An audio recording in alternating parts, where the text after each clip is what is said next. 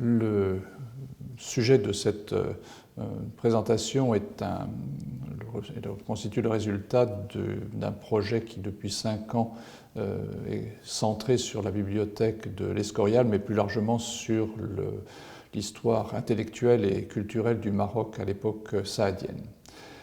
Paradoxalement, l'action d'un savant traditionnel marocain, Ibn Abi Mahali, lui-même auteur de traités sur le djihad et farouchement opposé à l'installation de présides espagnols sur la côte marocaine, est à l'origine de la présence à l'Escorial des livres dont je vais parler.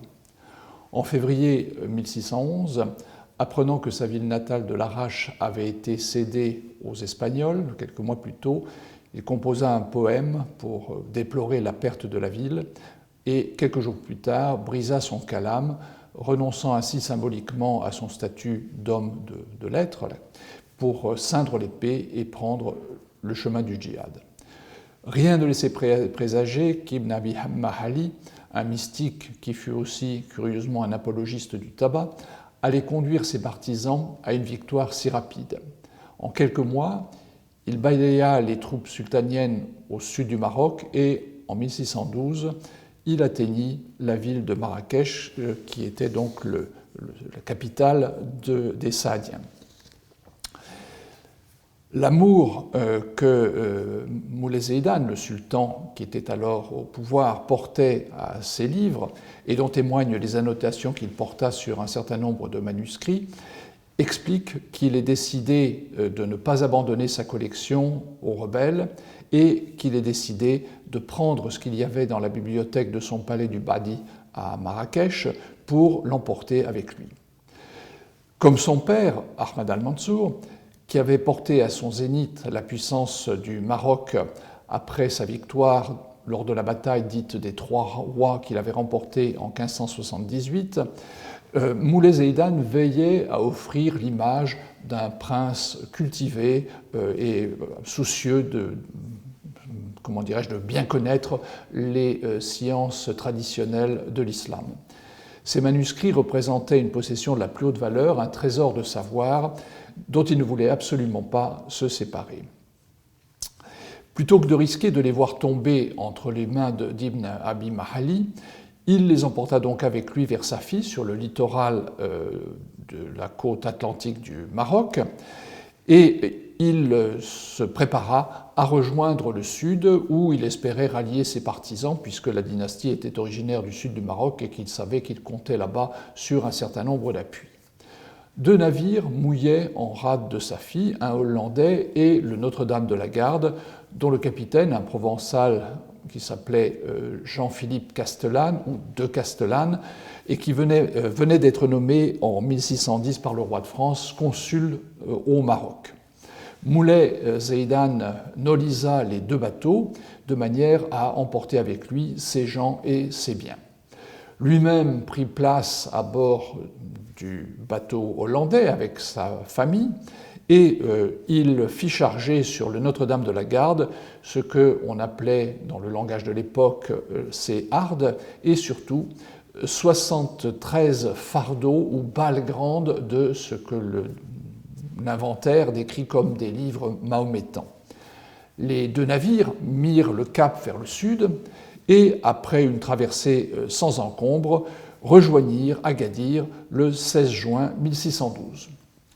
Le sultan et son entourage débarquèrent, tandis que, sur le Notre-Dame de la Garde, le capitaine attendait qu'on lui payât les 3000 ducats dont il avait été convenu.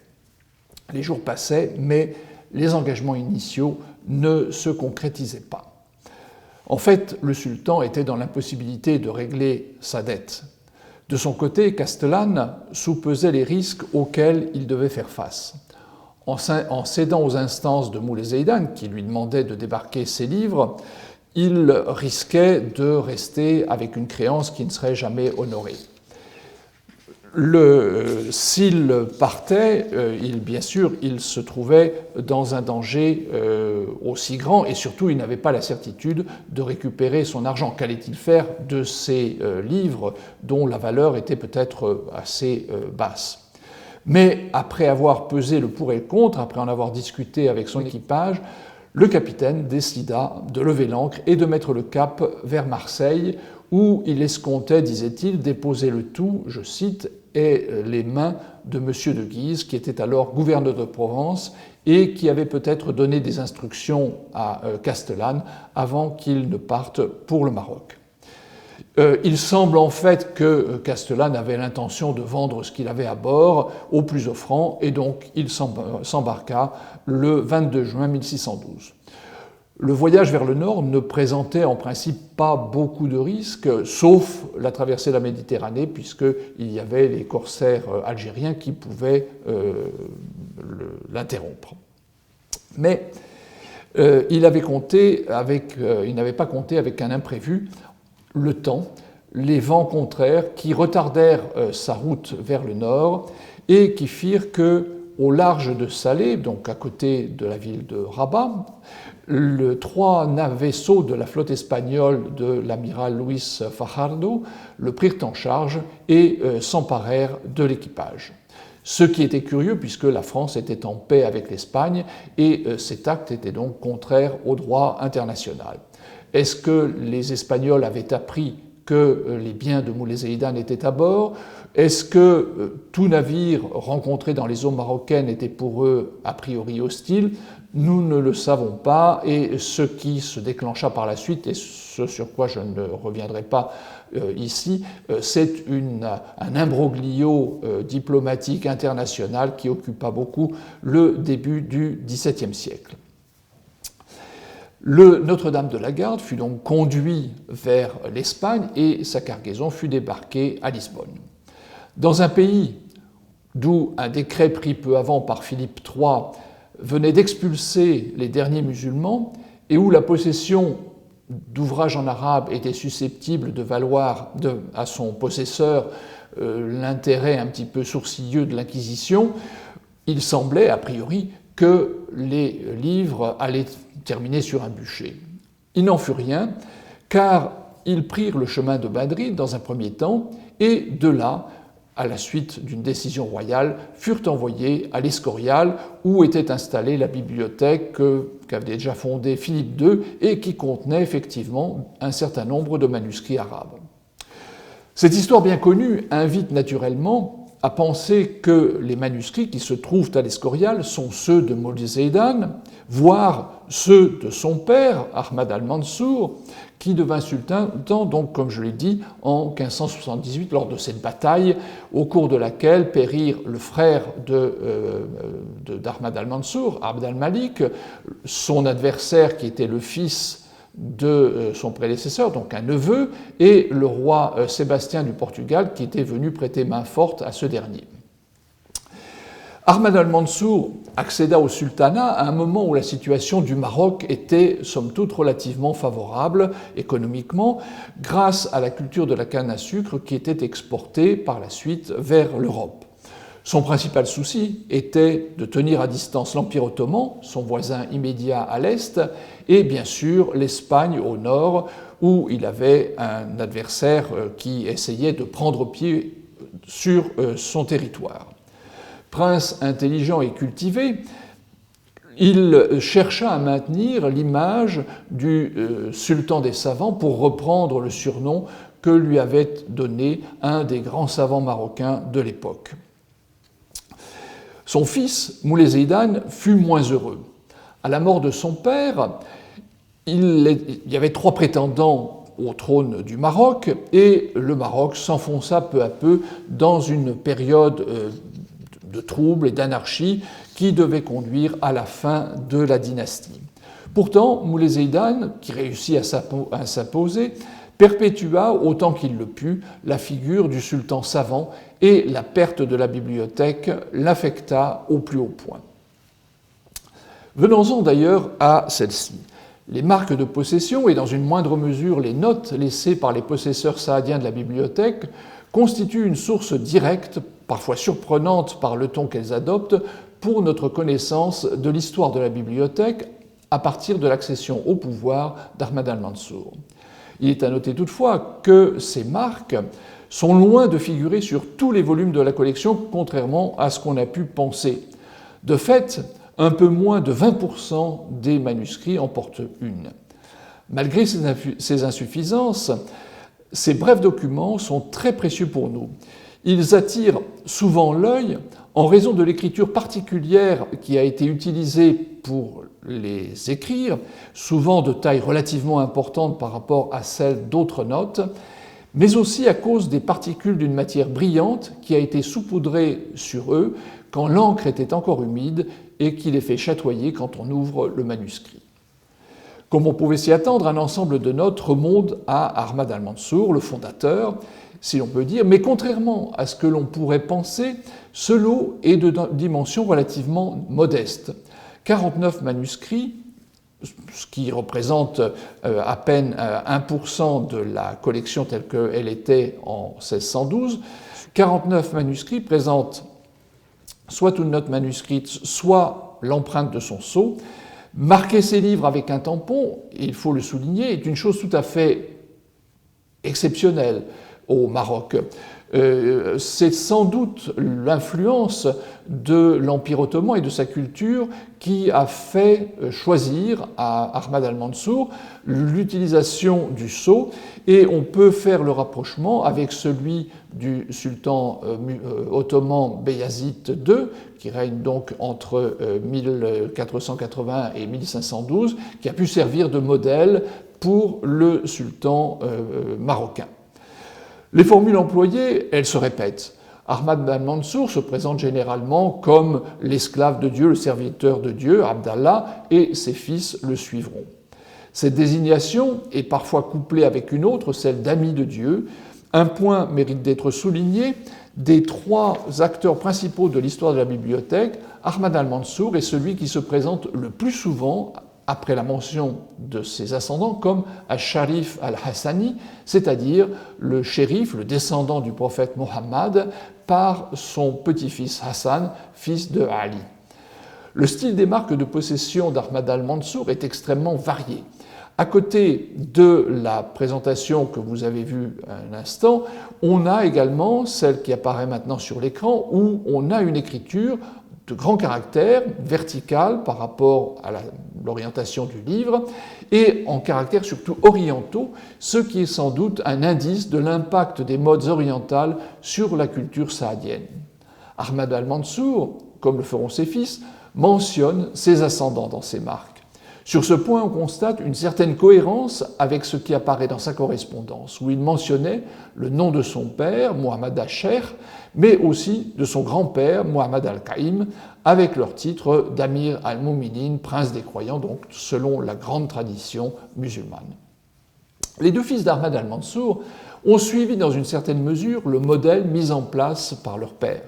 Ce qui est très intéressant, c'est que la collection préserve un petit nombre de marques qui correspondent à une époque où tant Moulay Zeidan que son frère Abou Faris étaient des princes et non pas des sultans. Ces données, donc, ajoutent à la complexité de l'histoire de la bibliothèque, qui n'est pas seulement donc une collection sultanienne dont aurait hérité Moulay Zeidan, mais plutôt différentes bibliothèques privées qui ont été fondues ensemble à un moment donné.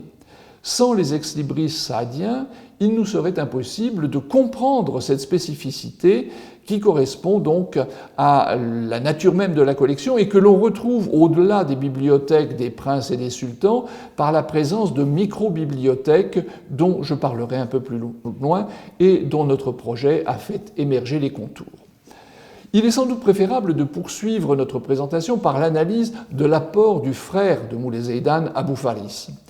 Avant de prendre le titre d'Amir al-Mouminin, à la mort de son père en 1603, puis au cours des 6 années au cours desquelles il s'est maintenu au pouvoir de manière très vacillante, dans la mesure où il a affaire à toutes sortes d'oppositions, le prince avait constitué une collection de 61 volumes Parmi les marques qui correspondent à la période antérieure à 1609, on trouve celle-ci qui est intéressante parce que c'est une des rares à être datée de 1591, 999 de l'ère de l'Hégire, et le texte est assez simple, donc appartient à l'esclave de Dieu, qu'il soit exalté, Abou Faris, fils du commandeur des croyants, le Hassanide, que Dieu lui accorde sa grâce, en Rajab de l'an 999. Cette date n'est probablement pas celle d'un début, mais un point de repère dans un processus qui s'est étendu sur une période assez longue. On notera qu'Abou Faris se présente comme le fils du prince des croyants et rappelle son lignage hassanide. C'est avec ce même statut de prince qu'il apparaît sur 32 marques de la bibliothèque, légèrement plus que celles qui correspondent à la période au cours de laquelle il a porté le titre d'Amir al-Mouminin. Dans la titulature qui figure dans ces ex-libris, le prince Abou Faris reprend de manière très conventionnelle le qualificatif de Abdallah comme son père. En revanche, il utilise de manière relativement constante le terme de wali, donc ami de Dieu, que nous avons croisé déjà. Ce choix, fait sans doute par Abou Faris lui-même, pourrait s'expliquer par une volonté de souligner une orientation mystique de la part d'Abou Faris, une analyse qui se trouve confortée par 3 éléments. Tout d'abord, alors qu'il était à Marrakech en tant que représentant de son père, donc avant d'accéder au trône, il avait fondé une grande mosquée sur l'emplacement du ribat du soufi Aboul Abbas as-Sabti, une figure très populaire à Marrakech. Le prince déposa d'autre part des livres en bien de main morte à cette mosquée, et dans l'acte qui accompagne 2 d'entre eux, il est paré du titre de Koutb, qui indique un rang très élevé dans la hiérarchie des soufis. Enfin, on relève que parmi les ouvrages dont je viens de parler, plusieurs sont justement des ouvrages qui traitent de mystique ou d'hagiographie. Après la mort d'Ahmad al-Mansour en 1603, Abou Faris ne s'écarta pas substantiellement des formules qui avaient été inscrites sur une partie des livres qui lui appartenaient. Dans la séquence des titres qui apparaissent, après l'incontournable Abdallah, Wali se maintient très largement en tête.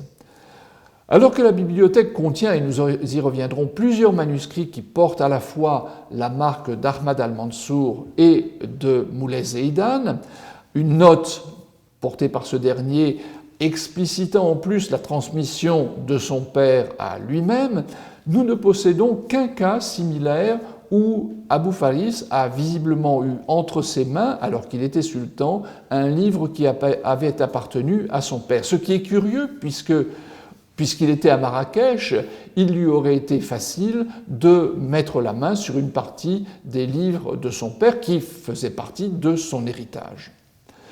Nous ne pouvons pas déterminer à quel moment les livres d'Abou Faris ont été intégrés à la collection de Moulay Zeidan. Forcément, entre 1609, mort d'Abou Faris, et 1612, capture de la bibliothèque par les Espagnols. Ce ne sont pas d'ailleurs seulement les volumes de la collection personnelle d'Abou Faris qui ont été pris par Moulay Zeidan. Ce dernier a également retiré de la mosquée les ouvrages que son frère y avait déposés, et il a même pris des livres qui appartenaient à des partisans de son frère. Il n'y a pourtant pas eu de véritable damnatio memoriae, à l'exception de 6 cas, comme celui-ci, où à la fin de la première ligne, on voit très nettement que le nom de Zaidan a été rajouté sur l'acte original, et si on regarde attentivement, on lit en dessous le nom de son frère Abou Faris.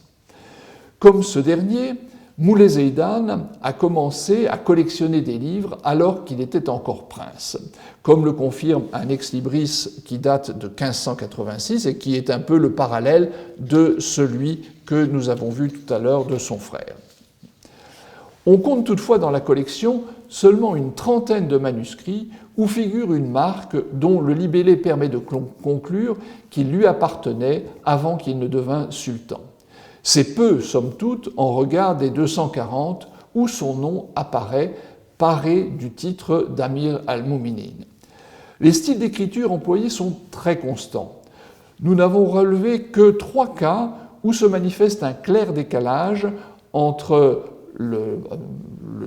l'ex-libris et la norme, notamment celui-ci, un ex-libris en astalique, un type d'écriture associé au monde persanophone, très loin donc du Maroc saadien, ou encore un autre, inscrit verticalement, qui semble un pastiche des marques paternelles disposées verticalement et en écriture orientale.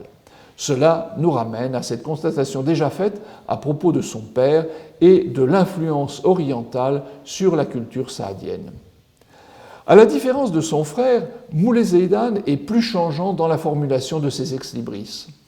Alors que nous disposons d'un même nombre de manuscrits ayant appartenu aux 2 princes, les formules employées par Zeidan sont au nombre de 5, alors que les exemplaires de la collection d'Abou Faris n'en attestent que 3.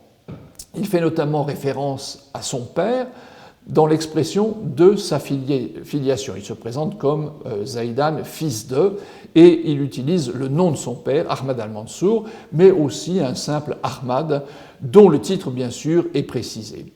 Pour le reste, il fait surtout usage des plus abstraits Amir al-Mouminin et Khulafa, donc les califes ou le prince des croyants.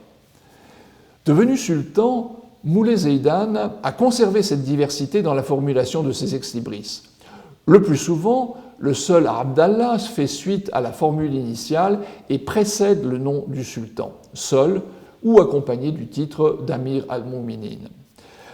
L'expression de la filiation est plus variée également que cela n'était le cas dans les ex-libris d'Abou Faris. Le plus souvent, Ahmad al-Mansour y est désigné soit par son nom complet, soit plus rarement sous la forme courte d'Ahmad ou de al-Mansour, comme cela a été le cas quand il était prince.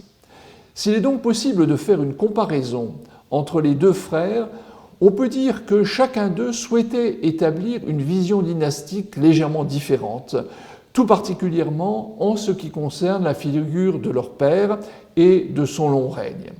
Abou Faris, qui n'apparaît pratiquement jamais comme l'héritier des livres de son père, insiste sur le statut de ceux dont il est descendant de manière globale, alors que Moulay Zeidan semble s'appuyer sur la légitimité que lui garantit la figure paternelle. Cette divergence entre les 2 frères se traduit de manière encore plus nette quand il s'agit du passage des livres de l'un à l'autre. Comme je l'ai déjà souligné, nous n'avons conservé qu'un seul témoignage de la transmission de la bibliothèque d'Al-Mansour à celle d'Abou Faris. Entre Ahmad al-Mansour et Moulay Zeidan, ce transfert ne donne lieu à aucun commentaire. Leurs 2 marques coexistent et parfois le fils fait précéder sa marque de l'adverbe thumma ensuite pour indiquer que le livre est passé de l'un à l'autre. En ce qui concerne les 17 cas, y compris les grattages, où un livre d'Abou Faris est passé à Moulay Zeidan, la présence du premier n'est reconnue que dans une toute petite moitié des cas. Parmi ces derniers, quelques-uns sont l'occasion de rencontres posthumes où Moulay Zeidan révèle ses sentiments, et c'est sans doute l'un des aspects les plus étonnants que cette recherche a permis de mettre en évidence. À différentes reprises, à côté de l'ex-libris d'Abou Faris, Moulay Zeidan a ajouté un commentaire plus ou moins développé.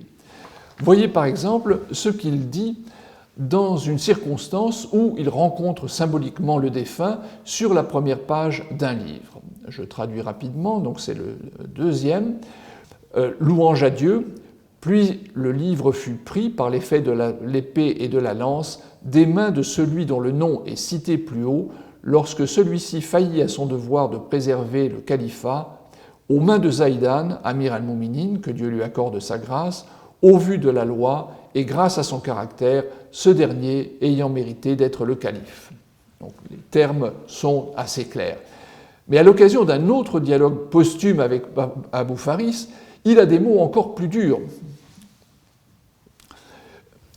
La marque d'Abou Faris est en quelque sorte entre les 2 branches du triangle, et on voit l'écriture de Moulay Zeidan qui dit Ce livre est ensuite passé à Zaidan, Amir al-Mouminin, Ibn Ahmad al-Mansour Billah, Amir al-Mouminin, etc., celui dont le nom figure sur le livre fut un incapable, il perdit le règne et affaiblit le califat à cause de son attirance pour les plaisirs, très marquant de sa personnalité et le caractère dominant chez lui.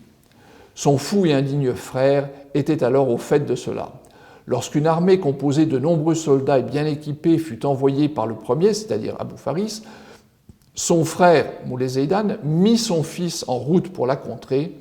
À cause de ses mauvaises intentions, Dieu anéantit ses plans sans qu'une confrontation n'eût lieu entre les deux armées. La volonté de Dieu fit que son neveu fut par la suite victorieux. Il conquit le pays et le poussa à trouver refuge dans les hautes montagnes. Cela fut décidé par Dieu le Très-Haut. Le précité fut alors tué. Mais Moulay Zeidan n'invective pas seulement Abou Faris. Un autre membre de la grande famille des Hassanides, Abdallah ibn Ali al-Hassani, a également mérité ses reproches. Il est vrai que ce personnage était de l'entourage d'Abou Faris, mais comme vous allez le voir, le grief est plus grave encore. Dans ce cas, Abdallah avait laissé une trace un peu plus développée sur le manuscrit, disant tout d'abord, c'est la ligne qui est la plus haute, « Louange à Dieu, ceci est la propriété de Dieu, mise entre les mains de son serviteur dépendant de lui, Abdallah ibn Ali ibn Tahir al-Hassani, puisse Dieu lui accorder ses bienfaits. » Puis il avait ajouté, c'est le deuxième bloc de texte, deux vers. Rien n'est si immense que mon péché, hormis mon espérance de votre indulgence à l'égard de mon péché et de mon aberration. Quelle que soit l'immensité de celui-ci et celle-ci, mon Dieu, vous êtes plus grand que mon péché et mon espérance. Sous cette note, Moulay Zeidan a contesté de manière extrêmement vive la teneur de cet ex-libris, considérant qu'il s'agissait d'une assertion complètement mensongère. Il fait le point sur les circonstances dans lesquelles Abdallah avait mis la main sur le manuscrit de manière illicite, à savoir le conflit qui opposa Abou Faris à Zaidan à la suite de la disparition de leur père et la fuite de Zaidan vers Tlemcen. Je traduis donc ce qui est tout en bas. Louange à Dieu, il a dit, et il cite les deux vers qui précèdent, « Rien n'est plus immense que son péché. Je dis, ceci est juste, et du péché de ce criminel provient la possession de ce commentaire mentionné ci-dessus. Cependant, l'ouvrage m'appartient par achat. Il était au nombre de mes livres jusqu'à ce que Dieu décrète mon départ vers Tlemcen, et il s'est introduit à Fès. Mon fils, Mohammad Acher, lui a donné une somme de mes livres, dont celui-ci faisait partie. Et lorsque Dieu m'a accordé la victoire suite à la conquête de Sigil Massa par l'épée, j'ai pulvérisé cet antagoniste et j'ai ainsi réprimé l'ardeur de ce criminel dissolu. Par conséquent, on m'a livré tous ces livres et j'en ai retiré la plupart des miens. Et je promets à Dieu et à son prophète que si je le vains et si Dieu me le fait tenir, je récompenserai sa bévue par l'épée. Si nous pouvions avoir un doute sur ce que pouvait ressentir Moulay Zeidan devant la perte de ses livres, cette note nous éclaire amplement. Sa colère éclate et lorsque l'occasion se présente, et elle s'est présentée, Moulay Zeidan n'oublie pas les torts qui lui ont été faits. Les marques de possession éclairent d'un jour extrêmement cru les relations entre les deux frères et la position de Moulay Zeidan dans les luttes de pouvoir suivant la disparition d'Ahmad al-Mansour. Elles nous fournissent aussi des indices sur les rapports entre ce dernier et ses fils. Les ex-libris saadiens nous permettent avant tout de mieux comprendre l'histoire de la bibliothèque entre 1578 et 1612. Père et fils ont poursuivi de manière indépendante leurs projets et leurs collections sont donc des constructions personnelles, j'insiste sur ce point, et non dynastiques. C'est sous cet angle qu'il convient d'appréhender des développements indépendants. Il ne fait pas de doute que le père a disposé de moyens plus importants pour réaliser ses ambitions, et il est d'autant plus surprenant qu'un nombre aussi faible de ses livres se trouve de nos jours à l'Escorial. Sa mort s'est-elle accompagnée d'une dispersion au moins partielle de sa collection, qui expliquerait que ses ex-libris préservés soient moins nombreux que ceux d'Abou Faris? les sources sont malheureusement silencieuses à ce sujet. La capture de la bibliothèque de Moulay Zeidan, en revanche, a certainement prévenu son inévitable dispersion et met entre nos mains les moyens d'analyser en détail ce moment de l'histoire culturelle du Maroc. La lecture des marques, outre ce qu'elle apprend de la bibliothèque, de ses possesseurs et de son histoire, permet de distinguer les options idéologiques retenues par les Saadiens également. On aura identifié au passage la reprise d'épithètes qui avait été introduite par les Abbassides, avec bien sûr de légers changements. Mais curieusement, peut-être parce que les livres ne sont pas le lieu pour l'emploi d'un tel terme, Moudjahid, combattant pour la foi, n'apparaît qu'une fois, et ce, sous la plume d'un copiste courtisan, au moment où Al-Mansour arrive au pouvoir. Il est pourtant bien attesté dans l'épigraphie saadienne qui en donne quelques parallèles très intéressants. La constitution d'une bibliothèque d'une certaine ampleur, à l'âge où le livre était manuscrit, était tributaire en bonne partie de ce qu'il était possible de trouver sur le marché. Certes, des copies réalisées sur commande pouvaient constituer une source d'approvisionnement, mais cet apport ne semble pas avoir joué un rôle très important dans le cas des Saadiens, à en juger par les témoignages dont nous disposons. Si le propriétaire de la bibliothèque était un personnage de premier plan et doté de moyens substantiels, ce qui était le cas d'Ahmad al-Mansour, moins de ses fils, il pouvait également espérer qu'un auteur lui dédiât une œuvre qu'il venait de composer, voire qu'il lui en fasse le cadeau de la copie, disons, de présentation. L'achat d'exemplaires existants était toutefois la solution la plus efficace pour constituer dans des délais raisonnables une bibliothèque digne de ce nom. Au Maroc, le sultan pouvait bien sûr espérer obtenir assez facilement ce qu'il cherchait, mais comme la proportion la plus importante du fonds est constituée par des manuscrits qui viennent de l'Orient, il paraît naturel de commencer par l'examen des conditions dans lesquelles les sultans saadiens ont réussi à acquérir ces manuscrits. Étant donné la position géographique du Maroc à l'extrémité du monde musulman, l'acquisition de livres réclamait des réseaux permettant d'exploiter les disponibilités des pays du Proche-Orient et notamment de l'Égypte. Les contacts avec cette dernière étaient incessants, notamment en raison du pèlerinage. Les savants marocains pouvaient à l'occasion entreprendre des séjours plus ou moins durables dans la région pour suivre des études. Mais c'était souvent pour eux aussi l'occasion d'acquérir des manuscrits qu'ils ramenaient avec eux par la suite.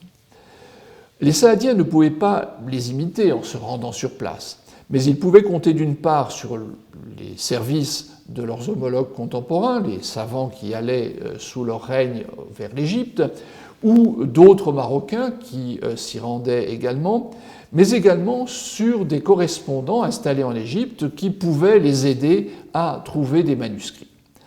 Un recueil de la correspondance saadienne de l'époque, qui couvre toute l'époque, comporte une dizaine de lettres qui reflètent les efforts déployés par les Saadiens pour constituer précisément ce réseau d'acquisition qui les assiste dans les achats qu'ils comptaient faire au Proche-Orient.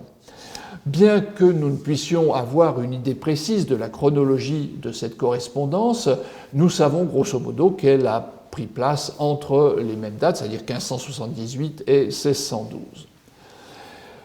Ahmad al-Mansour semble avoir commencé très tôt à chercher à établir ces liens, donc il avait ce projet sans doute en tête dès le début de son règne, et il a joué sur l'existence d'une communauté malikite en Égypte pour établir des liens.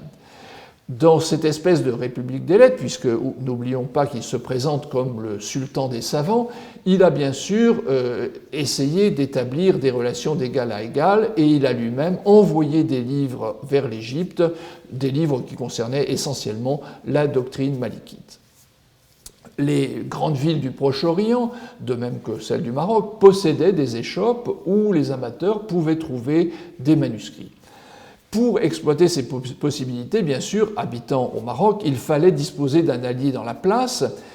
Avec Abd al-Rahman al-Humaydi, le sultan paraît avoir fait un choix stratégiquement très efficace. Al-Humaydi était médecin, mais surtout warraq, c'est-à-dire qu'il avait un commerce de livres.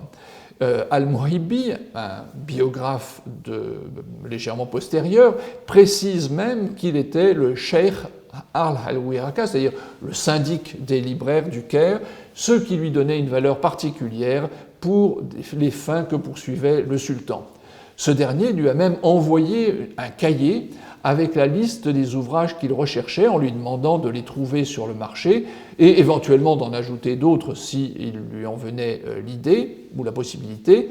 Et il terminait sa commande en précisant qu'il avait une affection particulière pour les copies calligraphiées de belle qualité. Ces informations trouvent une confirmation absolument éclatante dans la collection. On retrouve notre Humaydi, qui était également poème et qui avait composé une œuvre dont 4 exemplaires, sans doute a-t-il voulu profiter de ce qu'il avait un client captif pour en vendre autant. Mais l'une d'elles a été expressément préparée pour Ahmad al-Mansour. Dans l'enluminure initiale, Al-Humaydi a composé dans la partie inférieure 3 vers de poésie qui vantent les mérites du sultan. Dans la marge, le bibliothécaire de Moulay Zeidan a ajouté par la suite l'ex-libris de ce dernier. Un autre intervenant égyptien, Yahya ibn Muhammad al-Mallah, est toutefois sans doute celui dont le nom revient le plus souvent dans les manuscrits de la collection. Il a dû jouer un rôle d'intermédiaire et vendre des manuscrits qui lui appartenaient. La bibliophilie d'Abou Faris est moins connue que celle d'Ahmad al-Mansour, mais elle existe néanmoins. Il semble agir de manière indépendante, à en juger par un achat qu'il a fait auprès du frère de Yahya al-Mallah, Ali. Mais aussi, on peut en prendre à témoin cette note qui figure sur un manuscrit où apparaît le nom de Abd al-Rahman ibn Yusuf al-Buhouti, un savant hanbalite égyptien, mort centenaire vers 1630, qui a offert un livre à Abou Faris. On voit cerclé sur la diapositive le mot hadiya, donc cadeau, mais il n'est pas impossible qu'il ait espéré une récompense en espèces sonnantes et trébuchantes. Les acquisitions réalisées au Maroc même pour développer la collection ont souvent été faites auprès d'acteurs de la vie intellectuelle ou politique du Maroc saadien. De fait, elles nous donnent une image, certes partielle, de bibliothèques privées, petites ou grandes, qui sont antérieures ou contemporaines de l'activité d'Ahmad al-Mansour et de ses fils. L'un des noms de quelques reliefs qui apparaissent sur les feuillets des manuscrits est celui d'Ahmad al-Wancharisi, le grand juriste de la fin du XVe et du début du XVIe siècle, qui avait terminé ses jours à Fès. Ces livres, ou du moins une partie d'entre eux, ont été dispersés après sa mort, mais 8, voire peut-être 10, se trouvent réunis à l'Escorial. Ils n'y sont pas parvenus par les mêmes voies, mais sans grande surprise, les savants de Fès ont contribué à limiter leur dispersion en mettant la main sur certains exemplaires. La marque d'Ahmad al-Mansour, une grande figure intellectuelle de Fès au XVIe siècle, figure ainsi sur des volumes qui ont appartenu à al-Wancharisi. Les manuscrits qui ont appartenu d'ailleurs à Ahmad al-Mansour sont très importants dans la collection puisqu'ils arrivent en tête parmi les lots provenant du Maroc, avec 13 volumes qui portent la marque du savant Fassi, qui malheureusement n'est pas très lisible sur cette photo. À quoi s'ajoutent 2 copies qu'il a exécutées de sa main, dont on voit un exemplaire ici, qui montre une autre façon, disons, de contribuer à l'enrichissement de la collection.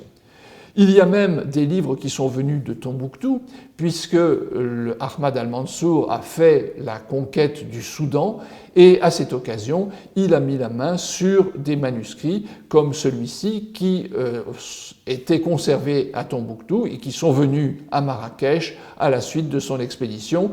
Nous le savons grâce aux marques de possession qui figurent sur le manuscrit, qui lui avait été acheté aussi en Orient, probablement lors d'un pèlerinage du possesseur de ce manuscrit.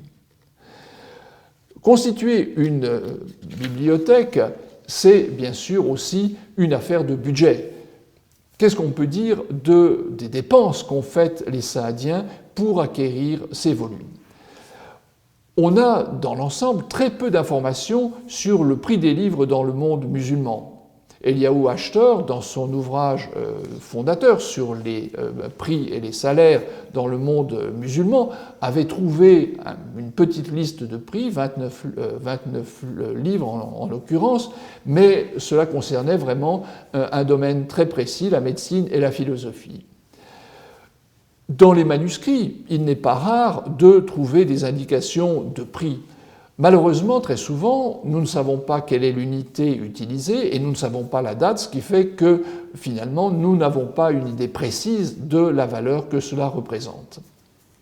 La collection saadienne a la chance d'avoir des notes extrêmement abondantes. Ici, nous avons un exemple caractéristique de la façon dont ça se présente. Vous avez 3 notes cerclées qui correspondent à des prix.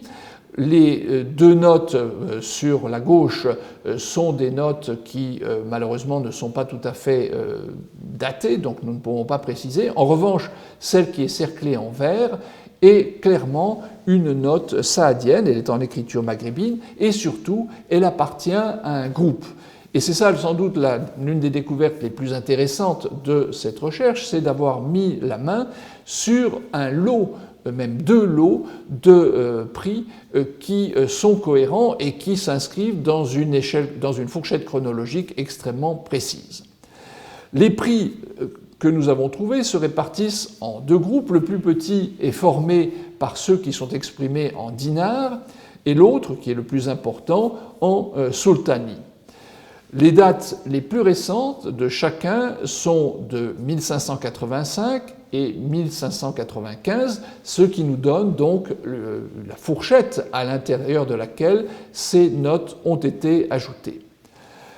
Les prix en dinars sont au nombre de 22, et le deuxième groupe, de loin le plus important, est formé par 48 manuscrits dont le prix est exprimé en sultani. Le sultani, c'est une monnaie d'or ottomane, et cela n'a pas lieu de surprendre parce que c'est une monnaie de référence. Elle est équivalente au ducat vénitien et dans les transactions internationales, elle s'impose comme une valeur stable. Donc pour nous, c'est très important parce que à la même époque, l'autre monnaie ottomane, l'akçe, se dévalue très rapidement et au cours de la même période perd beaucoup de sa valeur. Or, nous avons des prix en or, ce qui nous permet d'avoir la certitude qu'ils n'ont pas varié à un moment et que nous pouvons les considérer valables pour toute la période. Alors, ce qui est important aussi, c'est que tous les manuscrits qui portent ces marques sont des manuscrits en écriture orientale. Les notes sont en écriture maghrébine, mais nous avons la certitude que tous ces manuscrits ont donc été achetés en Orient. La seule exception est constituée par une main orientale qui a marqué un prix en dinars, mais on peut la rattacher, grâce aux notes de possession, au reste des lots. Alors, ce qui est intéressant aussi, c'est qu'à un endroit, nous avons une note où il est question de dinar sultani, ce qui établit donc une correspondance entre l'appellation dinar et l'appellation sultani. Ce qui veut dire que finalement, même si nous avons 2 lots, en fait, ils ne font qu'un, puisque c'est de la même monnaie qu'il s'agit, la même monnaie d'or, et nous pouvons donc travailler sur un nombre plus important de prix. Nous avons dû, bien sûr, essayer de comprendre ces prix. Et ça, c'était le point difficile. Comment réussir à comparer ces différents prix? Alors, nous avons décidé d'utiliser la composante dans le prix d'un manuscrit qui est la plus importante à l'époque, c'est-à-dire le papier. Nous avons converti les manuscrits en mètres carrés de papier et nous avons donc converti les monnaies de manière homogène, de manière à pouvoir faire la conversion, ce qui donne lieu à ce graphique qui fait intervenir le nombre total de mètres carrés de papier en abscisse et les prix en ordonnée de manière à visualiser la façon dont les prix se répartissent et on voit qu'ils suivent grosso modo une même tendance. Alors il y a bien sûr des prix qui s'en écartent et nous ne pouvons pas expliquer pourquoi tel ou tel manuscrit valait plus cher que tel autre. En tous les cas, ce résultat est important parce qu'il nous permet de mieux comprendre le coût de la collection. En effet, si on fait le total des dépenses représentées par toutes ces notes, qui s'élèvent donc à 293 sultani et demi précisément, et que nous le rapprochons du nombre total des livres saisis sur le Notre-Dame de la Garde, qui se montait approximativement à 4000, nous pouvons établir grosso modo, la valeur de la collection saisie par les Espagnols, qui est de 20 000 sultani, un chiffre qui est intéressant parce que, par la suite, des prix ont circulé à propos de la valeur de la collection qui se sont absolument emballés. 3 ans après la capture de la bibliothèque, l'ambassadeur de France auprès de la cour d'Espagne, le baron de Vosla, évoquait ainsi dans une lettre envoyée à Paris, je cite, « une valeur de 4 ou 500 000 écus d'esclaves que Moulay Zeidan aurait été disposé à payer pour recouvrer ses livres. » C'est-à-dire, Moulay Zeidan aurait donné leur liberté à des esclaves pour la valeur que je viens d'indiquer et en échange aurait récupéré ces livres.